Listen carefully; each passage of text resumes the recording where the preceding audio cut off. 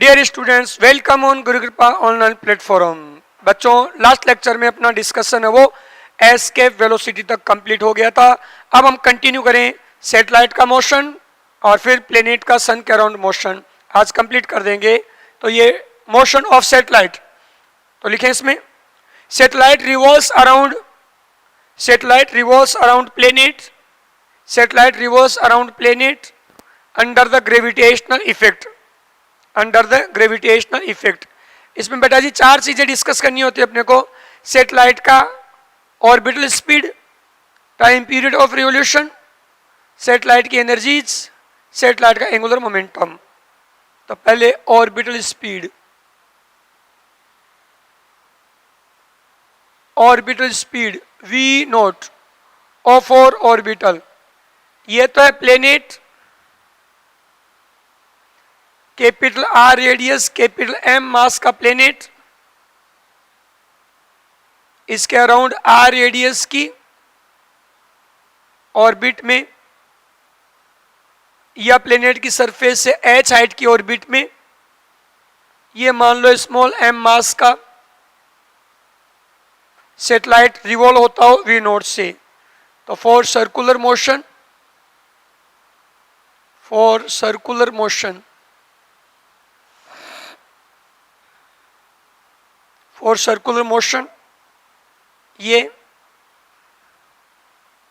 M V nought square upon R, और इधर ये gravitational force for circular motion M V nought square upon R equal to gravitational force, M V nought square upon R equal to G capital M small M upon R square, small M by R से small M by R cancel, तो we nought equal to root of G M upon small R, और small R को बेटा G M capital R plus H भी use कर सकते हैं। क्या यूज कर सकते हैं? कैपिटल आर प्लस एच भी यूज कर सकते हैं।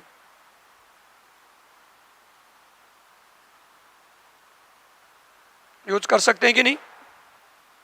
कैपिटल आर प्लस एच, ये यहां से स्मॉल आर डिस्टेंस, तो कैपिटल आर प्लस एच भी तो हो सकती है। तो स्मॉल आर हो capital R plus H, radius of orbit, radius of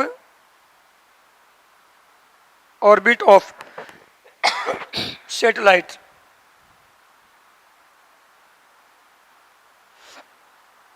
satellite की ऑर्बिट की रेडियस है स्मॉल आर। ठीक है, इसको एस्केप स्पीड से यदि कंपेयर करना चाहें तो यहां से हम एस्केप कराना चाहेंगे, तो एस्केप कराना चाहेंगे तो हम इक्वेशन क्या लगाएंगे, यहाँ potential energy minus G M small M upon small R, और काइनेटिक एस्केप के अकॉर्डिंग इक्वल टू इनफाइनाइट पर 0 0। तो यहाँ से एस्केप स्पीड क्या आएगी, root two G M upon R.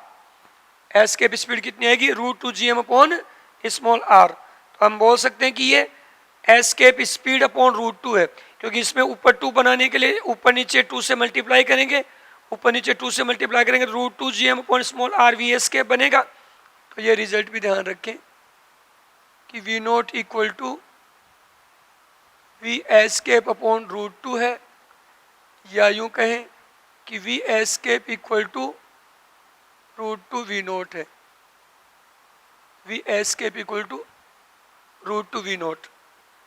तो वी नोट तो है ही, यदि रूट टू वी नोट कर दें तो एस्केप के इक्वल कर दें तो एस्केप कर जाएगा।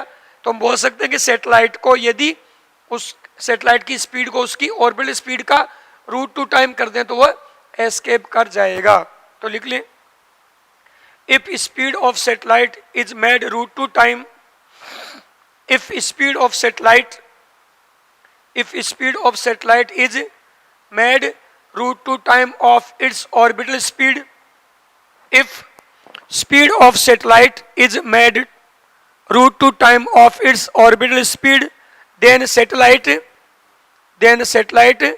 get escape, then satellite get escape from gravity of planet, then satellite get escape from gravity of planet, from gravity of planet, then satellite get escape from gravity of planet, planet की gravity से escape कर जाएगा।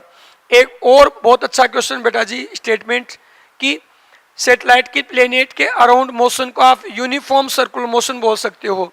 क्यों? क्योंकि given orbit में given planet के around orbital speed क्या रहेगी? कांस्टेंट रहेगी। भाई देखो, ये कैपिटल एम प्लेनेट का mass, small R radius of orbit. तो इस ऑर्बिट में यहाँ पर जो अलग अलग सैटेलाइट होंगे वो चाहे अलग अलग मास के हों, लेकिन सबकी ऑर्बिटल स्पीड क्या होगी? सेम होगी। तो सैटेलाइट के मास पर डिपेंड नहीं है। लिख लें, ऑर्बिटल स्पीड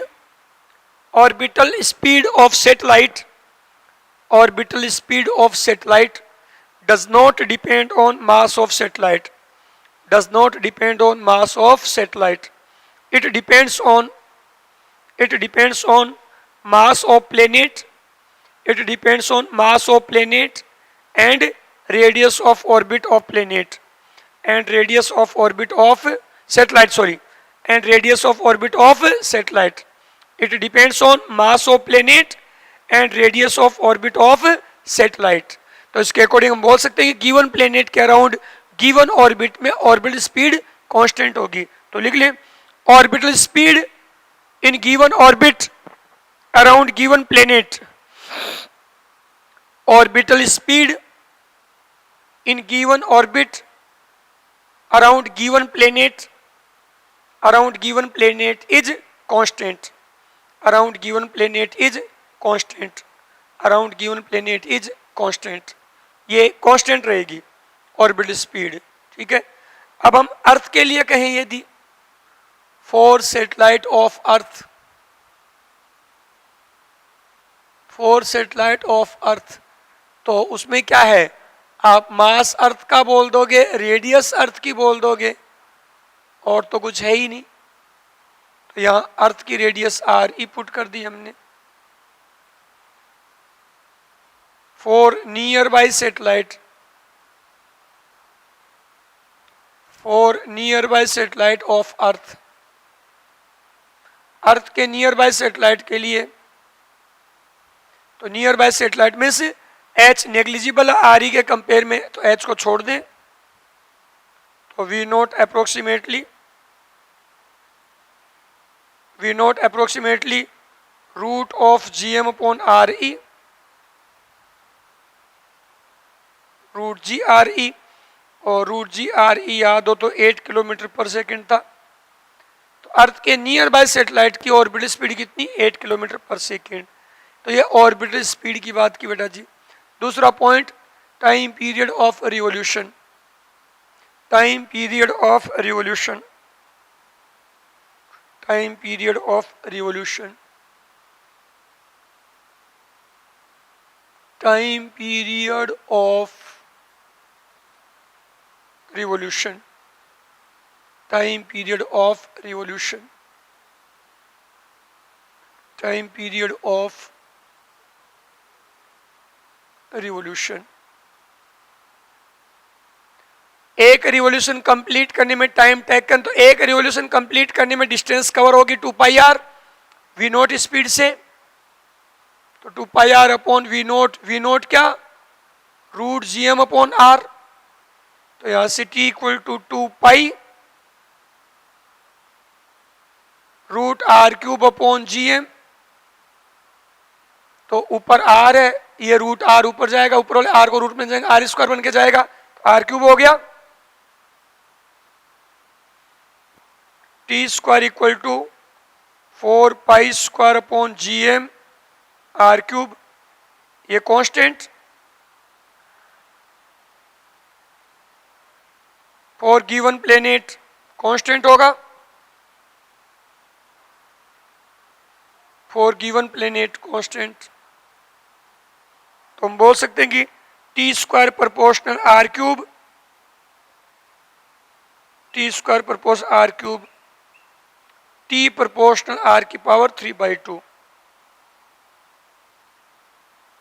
जैसे अपने को अर्थ के अलग अलग ऑर्बिट में सैटेलाइट दे दिए जाए तो पूरे इस पर जाने की जरूरत नहीं है, कंपेयर कर लो इससे कि T1 upon T2 equal to R1 upon R2 की होल पावर 3/2।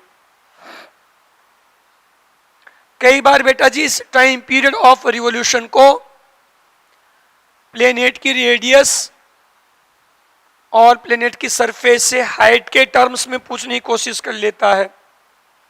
प्लेनेट की सरफेस पर जो ग्रेविटेशनल एक्सेलरेशन है उसके टर्म्स में पूछने की कोशिश कर लेता है। तो ये जो 2 pi root R cube upon G M है, इसको मैं ऐसे यूज कर रहा हूं। 2 पाई रूट स्मॉल आर होगा आर प्लस एच, इसका क्यूब, जी एम होगा G R square, G R square. तो T equal to 2 pi root, ऊपर नीचे आर से मल्टीप्लाई किया, R upon G, R plus H upon R का whole cube. ऊपर नीचे आर से मल्टीप्लाई कर दिया, ऊपर नीचे आर से मल्टीप्लाई कर दिया तो आर अपॉन जी, और ये आर क्यूब, ये क्यूब, तो R plus H upon R का होल क्यूब। तो T equal to 2 pi root R upon G, 2 pi root R upon G, 1 plus H upon R की whole power 3/2।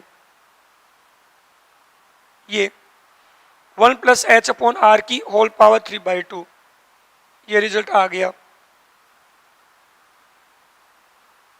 2 pi root R upon G, 1 plus H upon R की whole power 3/2। यदि हम अर्थ के satellite के लिए चीज बोले तो इसमें अर्थ की रेडियस आ जाएगी, अर्थ की रेडियस आ जाएगी। तो 4 satellite of Earth, 4 satellite of Earth, 4 satellite of Earth. Earth के सैटेलाइट के लिए बेटा जी T equal to 2 pi root R E upon G, 1 plus H upon R E की whole power 3/2, 1 plus H upon R E की whole power 3/2। 2 pi root R E upon G, 2 pi root R E upon G, यहां तो 84.6 minute बताया था, 84.6 minute, तो approximately 84.6, 1 plus H upon R ई का whole power 3/2, और ये मिनट। यदि हम नियर बाय सैटेलाइट की बात करें, अर्थ के नियर बाय सैटेलाइट के लिए, for nearby satellite of earth, for nearby satellite of earth, near by satellite जिसके लिए हाइट क्या हो, रेडियस ऑफ अर्थ के कंपेयर में नेग्लिजिबल, तो approximately 2 pi root R E upon G होगा, जो अप्रोक्सीमेटली 84.6 मिनट। एक रिजल्ट हाइपोथेटिकली कई बार यूं कह देता है कि मान लो ग्रेविटी आर स्क्वायर के इनवर्स नहीं होकर के आर के इनवर्स हो, आर क्यूब के इनवर्स हो, तो मैं यूं बोलना चाह रहा हूं कि if F G proportional 1 upon R की पावर एन, अब वो 1 अपॉन आर हो, 1 अपॉन आर स्क्वायर हो, 1 अपॉन आर क्यूब हो, कुछ भी हो, यदि F G inversely proportional R की पावर एन है या F G proportional 1 upon R की पावर एन है, तो इसके इफेक्ट में time period of revolution T proportional R की पावर एन प्लस 1/2 होगा। ये आएगा टी प्रोपोर्शनल आर की पावर एन प्लस 1/2। जैसे आर स्क्वायर के इनवर्स हो, या एफ जी आर स्क्वायर के इनवर्स था, तो एन कितना 2, एन 2 है, तो ये 2 प्लस 1/2 तो 3/2 आ गया ना। तो ये रिजल्ट कि F G inversely proportional R की पावर एन हो तो टी प्रोपोर्शनल आर की पावर एन प्लस 1/2। ये टाइम पीरियड ऑफ रिवोल्यूशन की बात हुई। सैटेलाइट के लिए तीसरा पॉइंट बेटा जी, सैटेलाइट के लिए third point, energy of satellite. तो एनर्जीज ऑफ सैटेलाइट, एनर्जीज में बेटा 4 टाइप की एनर्जी होंगी, potential energy, kinetic energy, total mechanical energy, binding energy. Energies of satellite, energies of satellite में तीसरा point energies of satellite, energies of satellite. Energies of satellite में kinetic energy,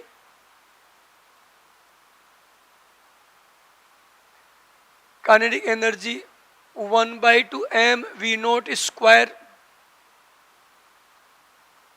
m/2 √gm/r इसका whole square करें तो k equal to g capital M small m/2r। ये kinetic energy हुआ। Potential energy,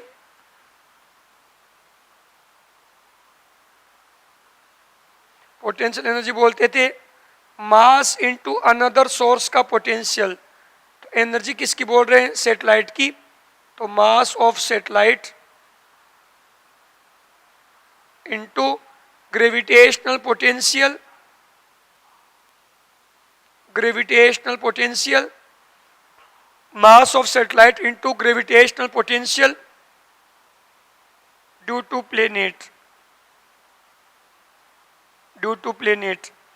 तो satellite का मास स्मॉल m और potential -g capital M upon small r। Outside के पॉइंट पर -gm अपॉन स्मॉल r ही था सॉलिड स्फीयर के लिए। तो ये पोटेंशियल एनर्जी आ जाएगी, वो पोटेंशियल एनर्जी आ जाएगी बेटा जी कितनी? -g capital M small m upon small r। अब third, total mechanical energy, total mechanical energy, total mechanical energy. तो ये टोटल मैकेनिकल एनर्जी है वो काइनेटिक एनर्जी और पोटेंशियल एनर्जी का सम है। काइनेटिक एनर्जी कितना? g capital M small m upon 2r। Potential energy कितना? -gm small m upon small r। तो यहां से टोटल मैकेनिकल एनर्जी कितना आ जाएगा? -g capital M small m upon 2r।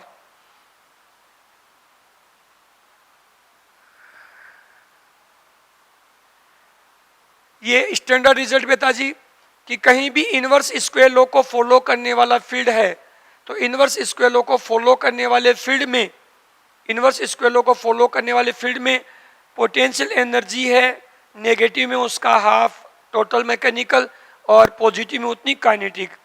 जितनी काइनेटिक है उसकी नेगेटिव में डबल पोटेंशियल की और नेगेटिव में ये हाफ है वो टोटल मैकेनिकल की। ये रिजल्ट कब? जब इनवर्स स्क्वायर लॉ को फॉलो करने वाला अट्रैक्शन हो। तो अब कई बार ग्राफ दे करके ये पूछ लेता हमसे, कई बार ग्राफ दे करके हमसे ये पूछ लेता है कि भाई कौन सा ग्राफ कौन सी एनर्जी के लिए है, कौन सा ग्राफ कौन सी एनर्जी के लिए है। तो energies of satellite, energies of satellite और ये R radius of orbit. Positive में काइनेटिक एनर्जी, बाकी बची हुई दो एनर्जी नेगेटिव में।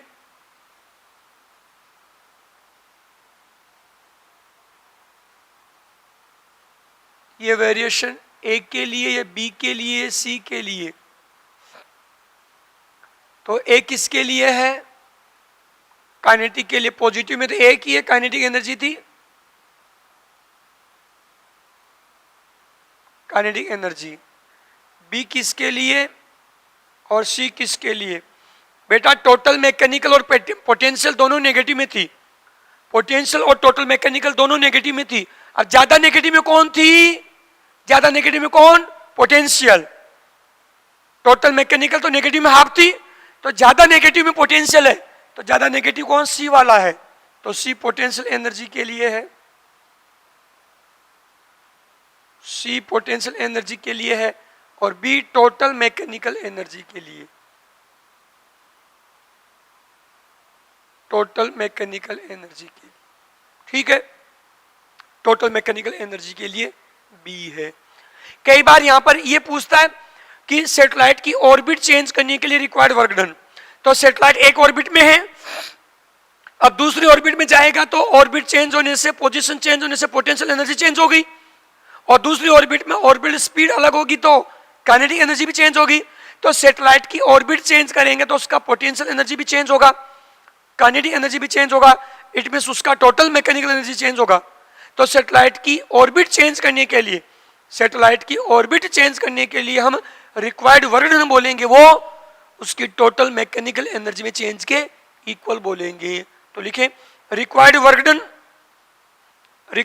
Done to change the orbit of satellite, required work done to change the orbit of satellite is equal to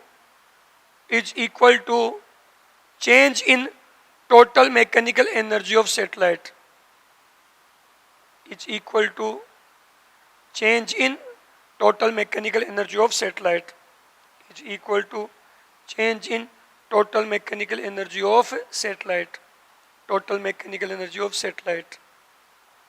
ये work done equal to total mechanical energy final का minus total mechanical energy initial का। ये work done किसके लिए? Satellite की orbit change करने के लिए। अब इस पर एक दो क्वेश्चन देखते हैं, सैटेलाइट की बाइंडिंग एनर्जी देखते हैं, फिर सैटेलाइट में एक जियो स्टेशनरी सैटेलाइट है उसको देखते हैं।